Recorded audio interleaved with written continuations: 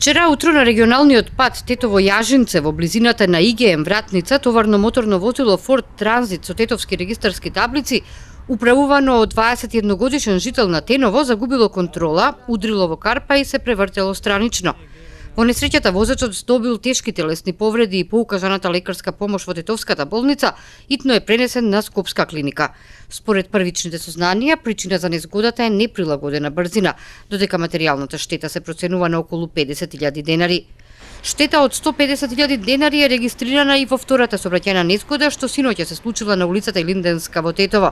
Се судриле 3 возила. Фиат Браво пристигнувајќи удрило во Шевролет и се превртело, додека Шевролетот удрил во Голф. Од удирањето, возачите на двете патнички возила и сопатничката во Шевролетот задобиле телесни повреди и пренесени се во Тетовската клиничка болница, а потоа пуштени на домашно лекување. Во полицискиот билтен е забележано и семејно насилство. 30-годишна гостиварка по вербалната расправија била нападната со ступаници од својот 39-годишен сопруг. Со обвинување дека сопругот подолго време психички и физички ја малтретирал, оштетената го пријавила случајот во полиција.